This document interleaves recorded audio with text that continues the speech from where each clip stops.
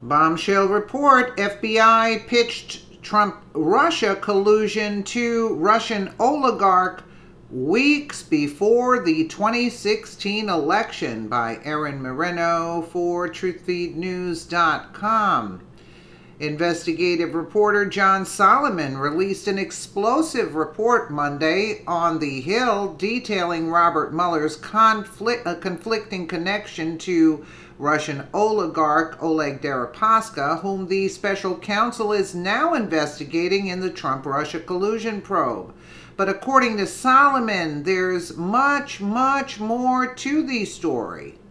During his interview with Laura Ingraham on Monday night, Solomon dropped another bombshell detailing how 3 FBI agents visited Deripaska weeks before the 2016 election to pitch him the idea of Trump colluding with the Russian government to win the presidential election.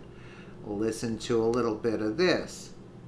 Now, in the last hour, you heard the Hill's John Solomon tell us about Special Counsel Bob Mueller's possible conflict of interest due to his ties to a Russian oligarch.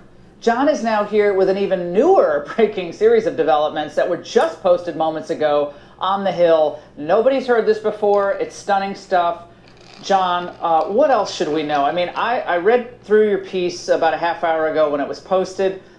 Now we find out that in September of 2016, that's right, Oleg Deripaska, who's this guy made out to be this big boogeyman by the political parties and by even our government, on a sanctions list, he's visited by 3 FBI agents who want him to do what? Yeah, it's great. So he's already been very helpful to the FBI. He spent $25 million of his own money trying to help them rescue one of their captured agents in Iran. So he has their trust. They bring him into the country because he had been banned from coming in by the State Department. They give him 8 or 10 passports to come in.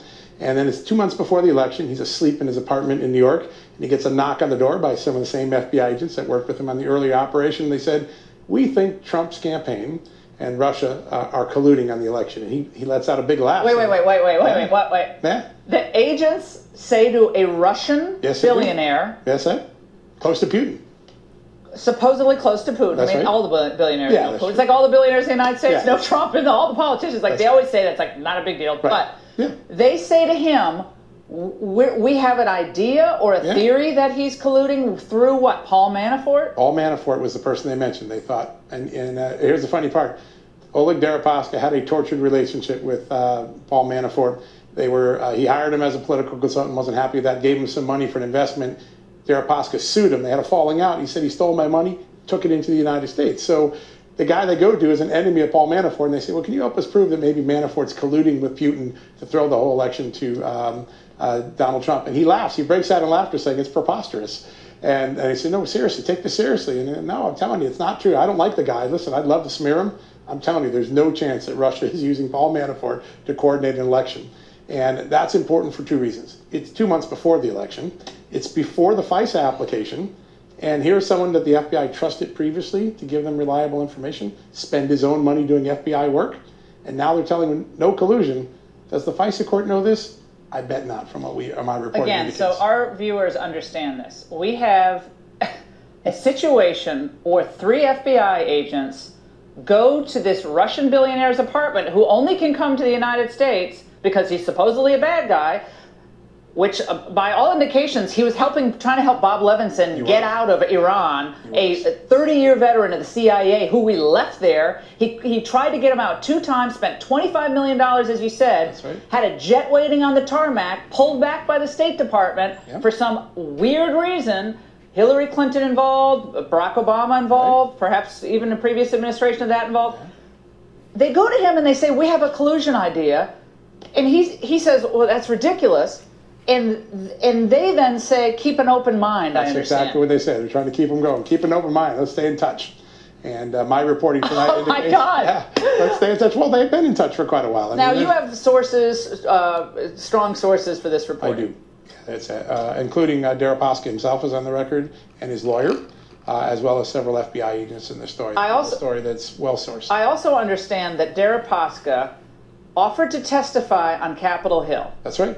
I have 2 sources on this. Offered to testify did not ask for immunity. It was reported by the New York Times falsely that he asked for immunity to testify. And also, remember, I think someone in Congress also repeated that. Correct me if I'm wrong. So what I know, he did not ask for immunity. Why are they smearing this guy? It's like, why are they smearing this particular person? I mean, he's someone who spent $25 million to try to get that patriot Bob Levinson out of Iran. Yeah, there's a black hat, white hat, black hat syndrome with him. He's a bad guy for a while, probably treated that way. Then he's a great guy, let him in the country, no problem. And then with the same evidence that's been there all this time, now he's suddenly a bad guy again. But he's a good guy that they apparently want to use to push this collusion theory, which if he wanted to try to get off this sanctions list, maybe he could have said, well, I'm sure Paul Manafort's colluding with some people, some agents, rogue agents in Russia. What can you give me? He didn't do that, correct? No, he waved him off it in a hard way. Okay.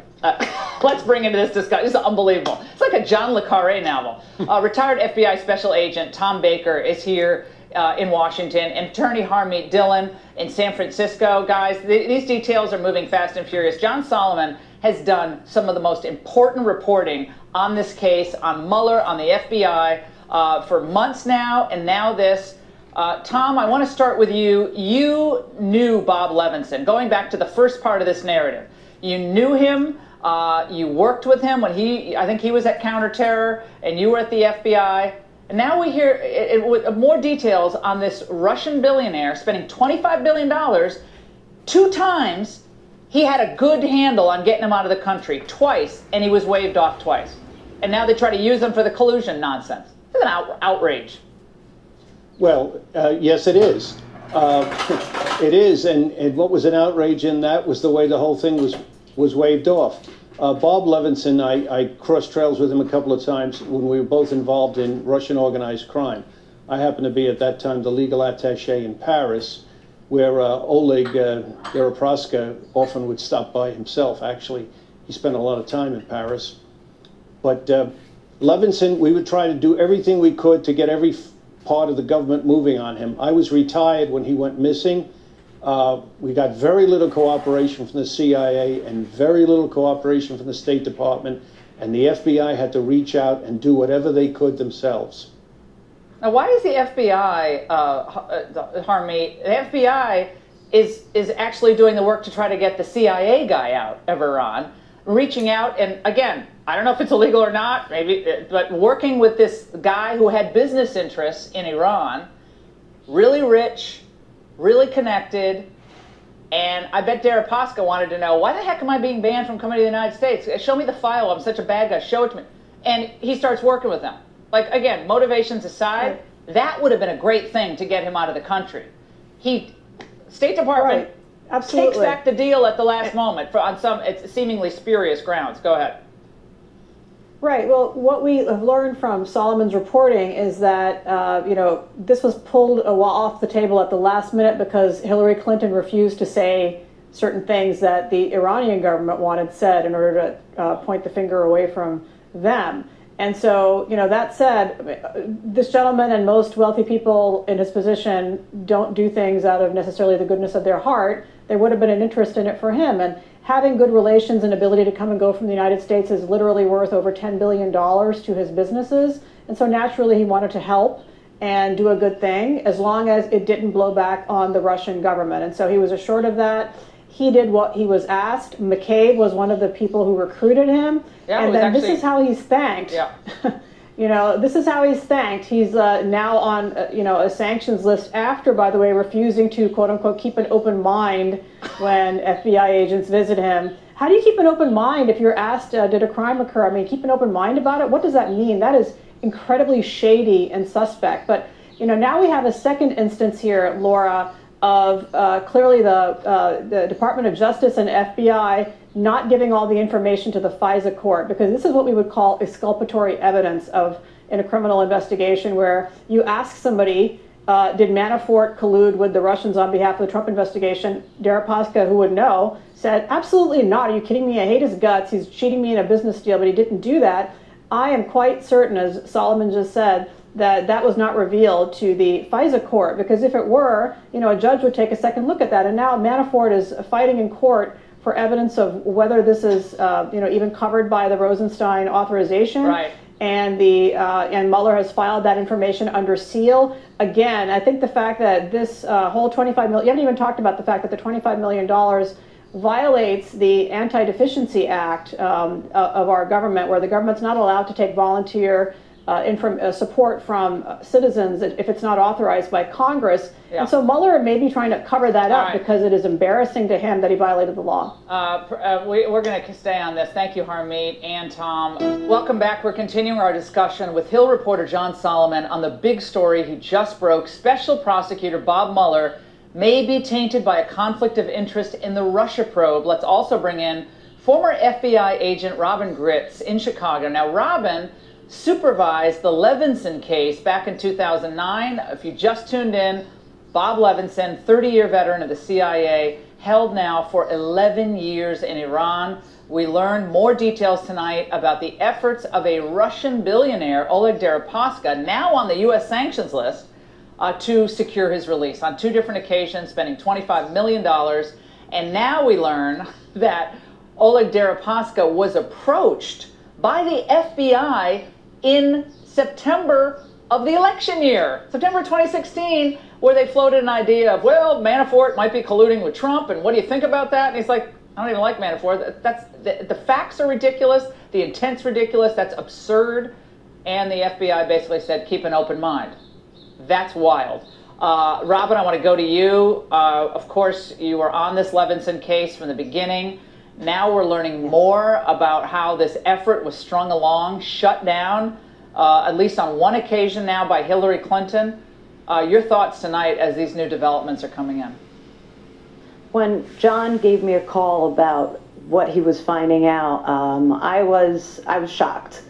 I had taken over the case about 7 months after Bob was arrested by the Iranian authorities, and we were turning over every stone to bring him back and working with a whole of government approach to bring him back. And now I hear, after I left the case, that there was actually a plane on the tarmac, and because of some changes in a statement, the agreement went downhill, and Bob remained in Iran, and I think is still there today. Yeah, well, we hope he's still alive. I mean, he was he'd be 80 years old today. But yes. we think, John Solomon, we don't leave a man behind. Right. If at all possible, we don't leave a man behind. And in this case, he was left behind, and we had the FBI and McCabe trying to be creative about Deripaska. Deripaska, by the way, had conversations with John McCain. Do we know what those conversations were about years ago? I do. It's a story I broke at the Washington Post 10 years ago. So he was just trying to find out about policy, what the president would, the president might be for. Yeah, heaven forbid we actually try to find out what the current U.S. government's all about. But getting back to the conflict of interest, Alan Dershowitz and Jonathan Turley had interesting comments. Let's first look at what Jonathan Turley said about all this. He's concerned about a potential conflict. He said if the operation with Deripaska contravened federal law, this figure could be viewed as a potential embarrassment for Mueller. The question is whether he could implicate Mueller, in an impropriety. And then Alan Dershowitz saying this, he also had similar concerns about a potential conflict. I think we have the full screen. He said, the real question becomes whether it was proper to leave him, Deripaska, out of the Manafort indictment, and whether that omission was to avoid a kind of transparency that is really required by the law. Yeah, I mean, I talked to 4 or 5 legal experts. They all had the same assessment. They come from all different political viewpoints, very similar. Let's think about something. You said something really powerful. We don't leave any men behind. Think about how desperate the FBI had to be to go to a Russian oligarch and say, could you fund this? Because the United States government wouldn't fund it. The Obama administration, the State Department, the CIA would not go back and get their own man to the level that the FBI thought it deserved. So they go and reach out to this guy, and they have to fund an extracurricular activity to rescue one of our own men. I think that's one of the saddest parts of this tale that gets overlooked. And Hillary Clinton, obviously, as Secretary of State. Tell me about her potential involvement. What we know is from the family. So Dave McGee, the lawyer for the family, told us on the record that they had a deal. Deripaska came back. They were sending the plane to the tarmac. We're going to rescue him. There was a statement that the Iranian government wanted, basically saying we really weren't involved in it. And Hillary Clinton was unwilling to give him that sort of absolution, and the deal fell apart. Plane left. and he was never rescued. Well, you got to say. I mean, you kind of have to say what you got to say at that point to get. I mean, some stupid statement to Iran. I mean, who cares? I mean, Robin, to me, that's just a nothing. You wonder if there was any future concern about any Iran deal down the road. I mean, I don't know what was going into play, but then you fast forward, Robin, to the fall of 2016. Now, some of these agents who approached Deripaska in his apartment in New York, remember, he's only allowed to come into the United States on a few occasions, one-by-one visa. They approach him and they say to float this collusion idea, and he's like, what? Collusion with this Manafort? And he's like kind of laughing at them, and they're like, no, keep an open mind. So they were actually trying to collude with a Russian billionaire to push the Russian collusion theory, Robin. It's outrageous that all this is going on. It's like, it's stuff that you see in the movies. And to see that people that were working for the release of Robert Levinson have now switched and are actually pushing a political agenda. And you said something really interesting about Hillary Clinton and then the Iran deal. And when I actually was gone from the FBI when the Iran deal was signed, and I was waiting for Bob's name to be read. I was waiting for him to come home, and when his name wasn't read, it heartbreaking, because I want to clarify that Bob was actually an FBI agent for that amount of time. He was also a DEA agent.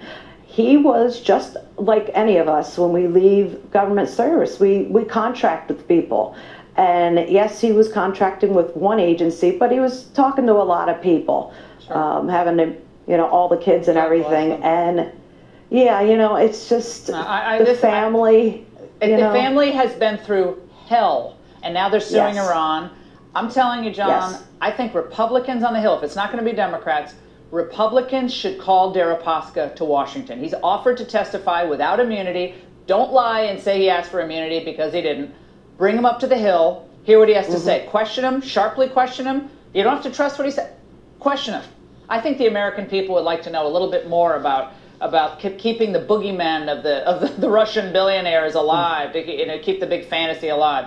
Fantastic reporting, Robin. Thank you for what you've done for your service to this country all those years. John Solomon, please keep us up to date on your reporting. Fantastic reporting. Any news from Mueller? Did Mueller respond to your reporting? The proverbial no comment. No, of course not. Mueller didn't respond. And the witch, Hillary Clinton, is gallivanting all over, free as a bird. And yet this retired FBI agent is stuck because of the witch blowing the deal. Can you imagine?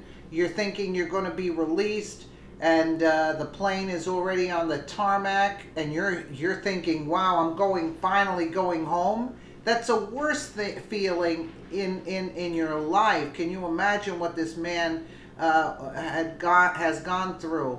And this is a lesson to the FBI, the agents who are protecting the witch, actually. You're protecting the wrong person. That's all I have to say. Let me know what you guys think in the comments below. And again, thank you so much for watching.